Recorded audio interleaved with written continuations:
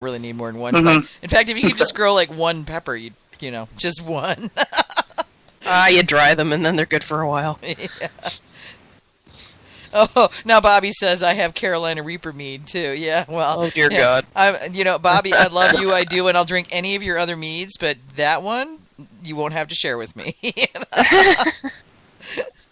There's a reason why if they're calling a pepper a Reaper, that should be a clue. Although if you only put a very tiny amount in. Yeah, well, whose idea tiny are we talking when about? When it doesn't even when it doesn't register on the Scoville meter, then you know you don't want to try it. Pretty much, yeah. Yeah. Yeah, when it breaks the Scoville meter, you really want to stay the hell away from that. So. Yeah. Professional peppers. Yep. So, when did you get started doing this, Scott? Oh, I'm thinking probably like 2001, 2002, I guess is going to be my closest guess. Karen and I started homebrewing about 2000, and as it said on that bio, we were watching the Viking movie, and they were drinking mead on there, and we thought, well, we ought to try this. So we went out, and there was, back then there was only one to choose from on the shelf, and it had the little mulling spices hanging around the neck. And, and we tried it, and, it was fine. It wasn't the greatest thing we'd ever had, but it piqued our interest enough that we wanted to try to make one, because, hey, we're homebrewers now. We can do whatever we want. And, also back then, there wasn't a lot of information out there. There was some pretty dated books and some bad information, so we went with the best information we had, which was to boil the honey, add our champagne yeast, and then put it away to age for a really long time. Yeah. Which is basically the only information anyone would give us. So anyway, it's all any of us had, Yeah, that's all we had, and we were so green at that point of, fermentation. We did have some raspberries too, because we had some raspberry bushes around the house. But I said we were so green, we thought that you bottled it and put it away to age in the bottle. So I'm thinking this thing was only in the fermenter for about 3 weeks max before we bottled it, and then put it away to age for a really long time. And I think a long time. I think we tried it after about 6-8 months.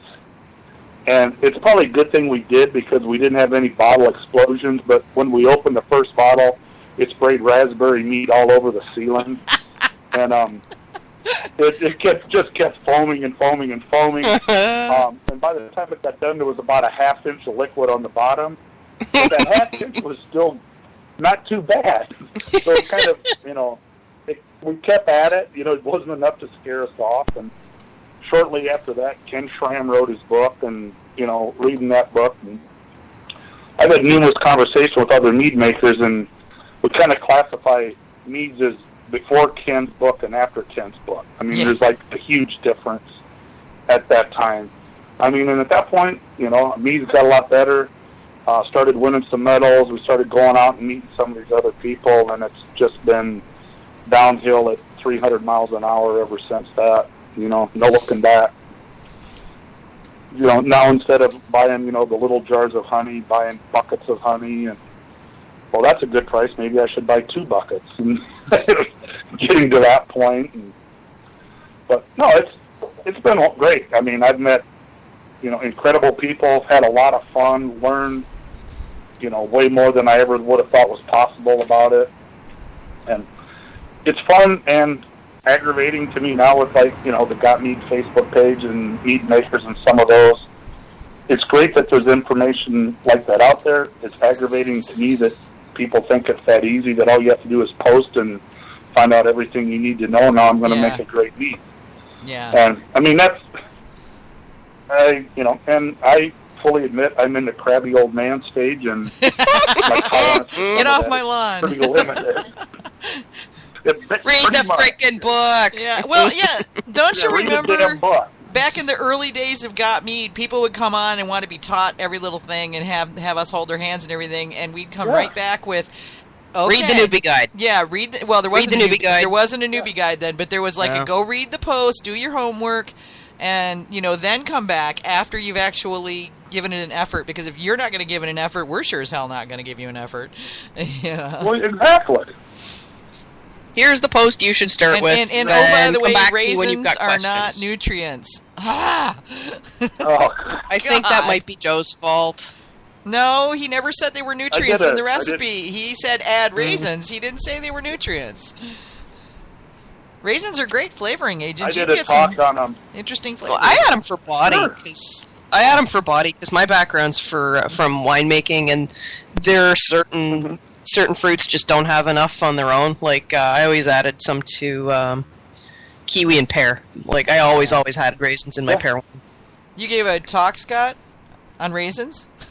Yeah, I did a talk on mead up in Milwaukee, and I had a big box of raisins, and before I started, I made everyone stand up and hold up their right hand and repeat after me, raisins are not yeast nutrients, before I started the rest of the talk. Anybody that won't agree to say this is going to have to leave right now. Yeah, I'm sorry, you're going to have to get the hell out of here. There's no hope for you, go away. Yeah. I'm sure there are some micronutrients that are useful to yeast, but yes, it is not a substitute for... We got some background noise there. I do? No, I don't think it's you. I think it might be Hamish. I think it's Hamish. It might be me. Yeah, there you are. Hamish is here too, so sounds like he might be driving or something. Yeah, he had to. He has. It's middle of the day for him. It's the evening for the rest of us, but it's like we start at 11 a.m. his time or noon, depending on what time of the day they're at. Middle of a shitty, pissing down, wet, terrible day, indeed.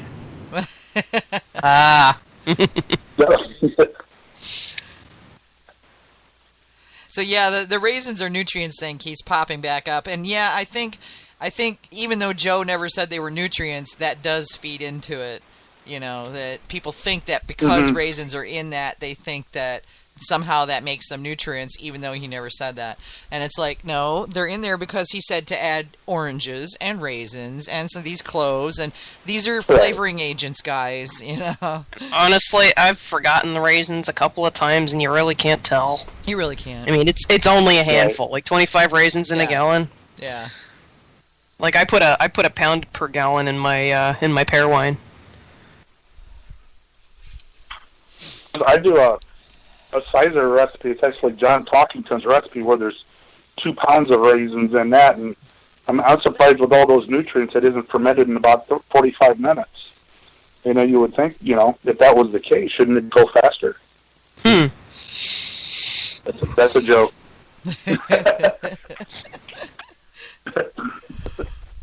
I'm being very much a smart ass there.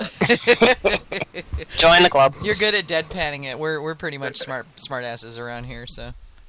Okay. Beats being a dumbass. Yeah, absolutely. Talking to the raisins in the same sentence? Hamish, you're really faint. Mm-hmm.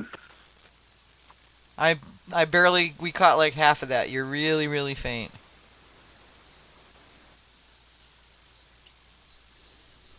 I think he's like on the edge of something. But Bob Slants is saying that we should come up with a better recipe to replace Joe's. Well, typically if someone's asking for a good starter mead that's idiot proof, I'll tell them JAO, and if they like something sweet, and if their preferences are towards drier things, then I would suggest a bomb.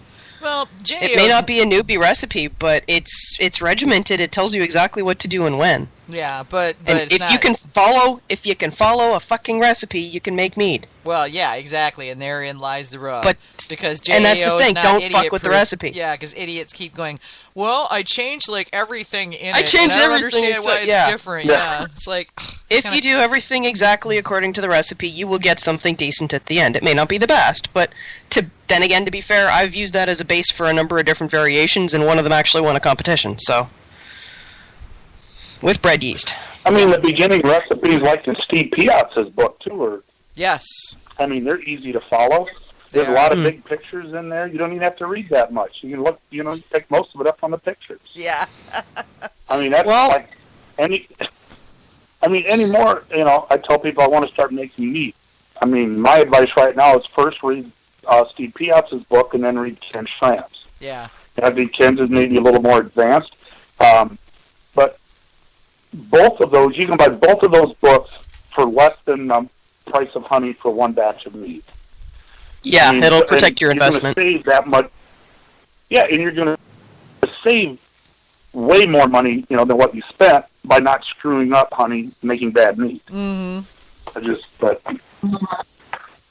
That comes into the crabby old man thing, and everyone just wants instant answers, and I don't have time to read a book. Well, then you're not going to make good meat. Yeah. Sorry. If you're not willing to put in the time to learn how to make good mead, then bugger off. You bother me.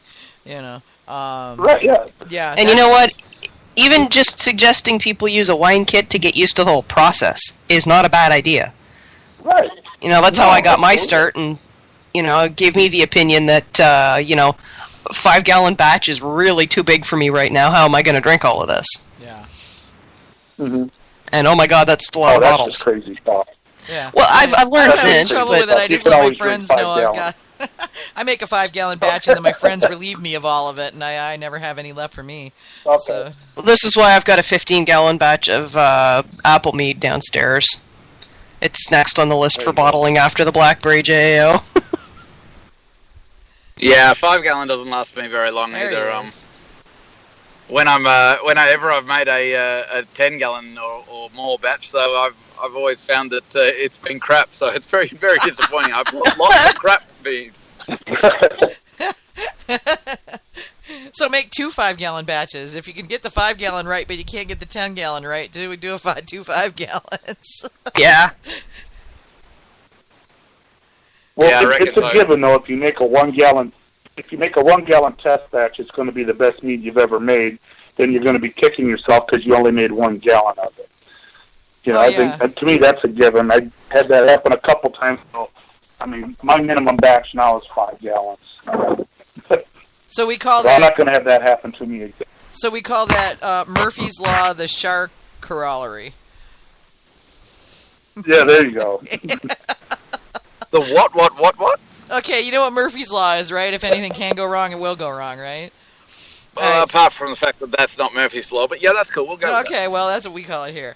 So anyway, Schaar's corollary then is you'll make a 1-gallon batch to be the best mead you ever made, but if you try to make the exact same thing in a 5-gallon batch, it'll be shitty. Right. Yes. I thought you said something about sharks, so I was quite confused. No, Schaar. Because he said it here on this show, so now he gets the corollaries. Whether or not you actually want to be associated with that is hard to say. I wouldn't say it would turn out shitty. Just maybe not as good if he made a 1 gallon. Yeah. Well, and then the axiom to that is, and if you have 2 batches go sideways and you blend them and they're the best mead that you ever had because you blended them, you could never do that again. Because those situations will never occur again. I pretty much had that happen with a cider recently. I made a cherry cider, turned out way too sweet, so I split it in half and I put chipotles in half of it, and then I forgot about them for way too long, and it was way too hot. And then I blended them back together, and it turned out the really spicy worked really well with the really sweet. And if I tried that again, it would never ever work. But that was a lucky accident. Yeah, I did that with a You guys are making me nervous. Are making me nervous because I've got my Perry-Mill is not doing very well at the moment. I was thinking I'll blend that, but if I do and I get the best thing ever, I'll be so disappointed. I'm going to come back and haunt you all. Yeah, because you can't screw it up the same way again. I mean, I had a strawberry burn dry because of a temperature spike and an orange blossom die off because the yeast was sucky. And so I had an oversweet orange blossom and a bone-dry strawberry. I blended them, and it was amazing. 15 gallons of that, poof, it was gone, and I can never do that again. I can't. Yeah, I had the same thing with a pair of lemon JAO variants that I made. One of them I tried cutting down on the One of them I tried cutting down on the honey by a 1/4 pound, and it came out too dry and a little bit